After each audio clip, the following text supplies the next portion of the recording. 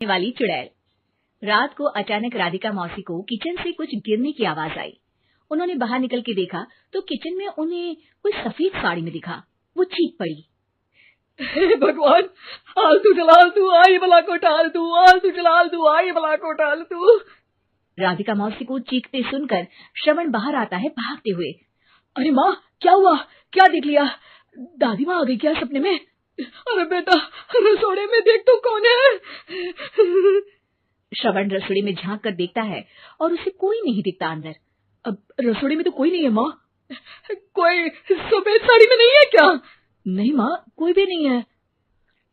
चिल्लम chilli की आवाज सुनकर काजल भी वहां आ जाती है। अब क्या हो गया माँ जी?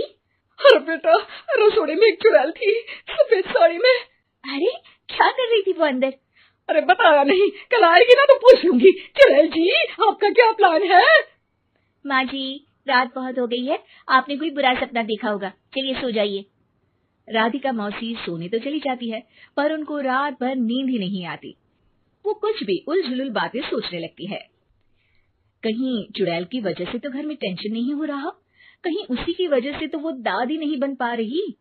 सुबह जब राधिका मौसी रसोड़े में छानबीन करती है तो पाती है कि नींबू का अचार गायब है। चुड़ैल नींबू का अचार ले गई, मुझे तो ठीक नहीं लग रहा कुछ। चुड़ैल को भी पता है कि जिंदगी का असली मजा तो खट्टे में ही है।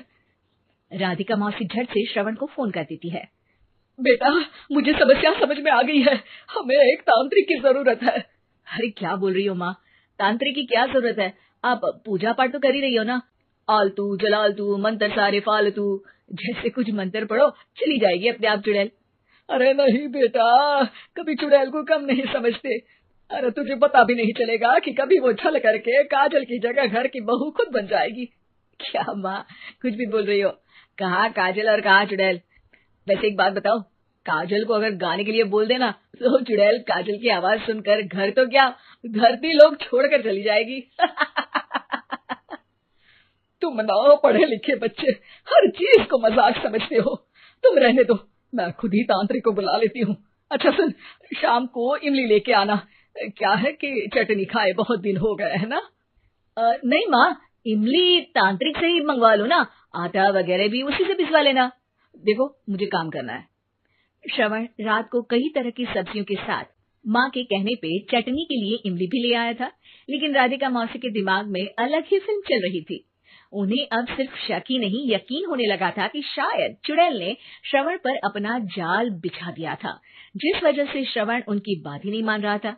पर कोई नहीं, आने वाली रात में राधिका मौसी खुद तैयार हो गई चुड़ैल को पकड़ने के लिए।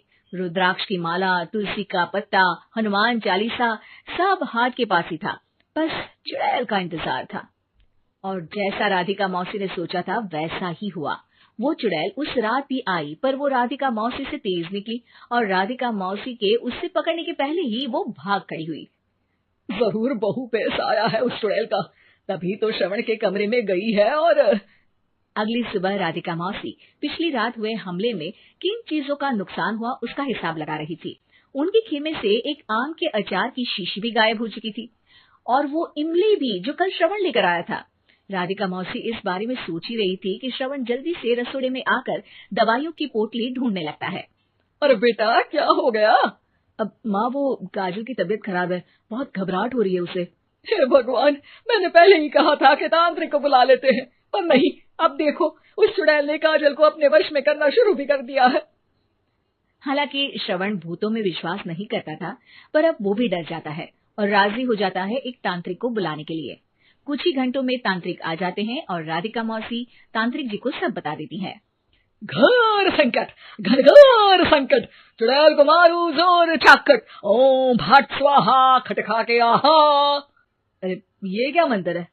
मेरे खुद के ओरिजिनल मंत्र है, कल रात को ही लिखे हैं। अच्छे लगे तो दाद चाहूंगा। एक और मंत्र सुनो। अर्ज किया है आब्राकडाब्रा, दिल्ली बम्बई आगरा, चंदा मामा सोवरले सुरन मामू जारा। ये मंत्र है? अरे कोई चालीसा वालीसा पढ़ो ना। वक्त कम है, 40 नहीं पड़ेंगे, 20-25 में काम चलाना पड़ेगा। अलग निरंजन जाके लंदन, मुफ्त का मंजान घिस मेरे लंदन। अरे जल्दी करो तांत्रिक जी, जल्दी करो। तांत्रिक अपने उल झलूल मंत्र पढ़ने लगता है। श्रवण को तांत्रिक पे शक होता है। वो अपने एक डॉक्टर दोस्त को कॉल कर देता है ताकि कोई अनहोनी हो तो इमरजेंसी में चीजें मैनेज हो जाए। तांत्रिक धुनी रमाता है जिसकी वजह से कमरे में काफी धुआं हो जाता है और जिसकी वजह से बहू की घबराहट बढ़ जाती है। अब भागेगी चुड़ैल। हाँ। बहू खांसते हुए धुएं से बचने के लिए बाहर चली जाती है। अरे भाग रही है, भाग रही है। पीछे पीछे श्रवण भी जाता है। बहू एक सोफे पर बैठ जाती है। तभी डॉक्टर दोस्त आ जाते हैं और श्रवण को पानी लाने के लिए कहते हैं। थोड़ी चेकअप के बाद डॉक्टर कहते हैं, मेरे हिसाब से जाप का काम पूरा हो गया है। क्या मतलब? अरे कुछ भी नहीं माँ, कोई चुड़ैल नहीं है, खुशखबरी है, अब दादी बनने वाली है। मगर वो सब अचार के डब्बे। श्रवण दोनों अचार के डब्बे अपनी माँ को दिखाता है जो कि उनके बिस्तर के नीचे छुपे हुए थे। आपने सही बोला था माँ, वो चुड़ैल काजल ही थी जो खट्टा खा रही थी। हमें कल ही पता चला, पर हमने आपको ये तांत्रिक वाला काम करने दिया ताकि आपको भरोसा हो जाए कि भूत वगैरह कुछ होता ही नहीं। अच्छा अच्छा, ये तो बड़ी खुशी की बात है। पर बेटा मुझे एक झाड़ू तो ला दे। क्यों माँ? ये तांत्रिक का भूत उतारती हूँ मैं। अब तांत्रिक राधा मौसी के डर से घर से भाग निकलता है और राधा मौसी उसके पीछे भागती है।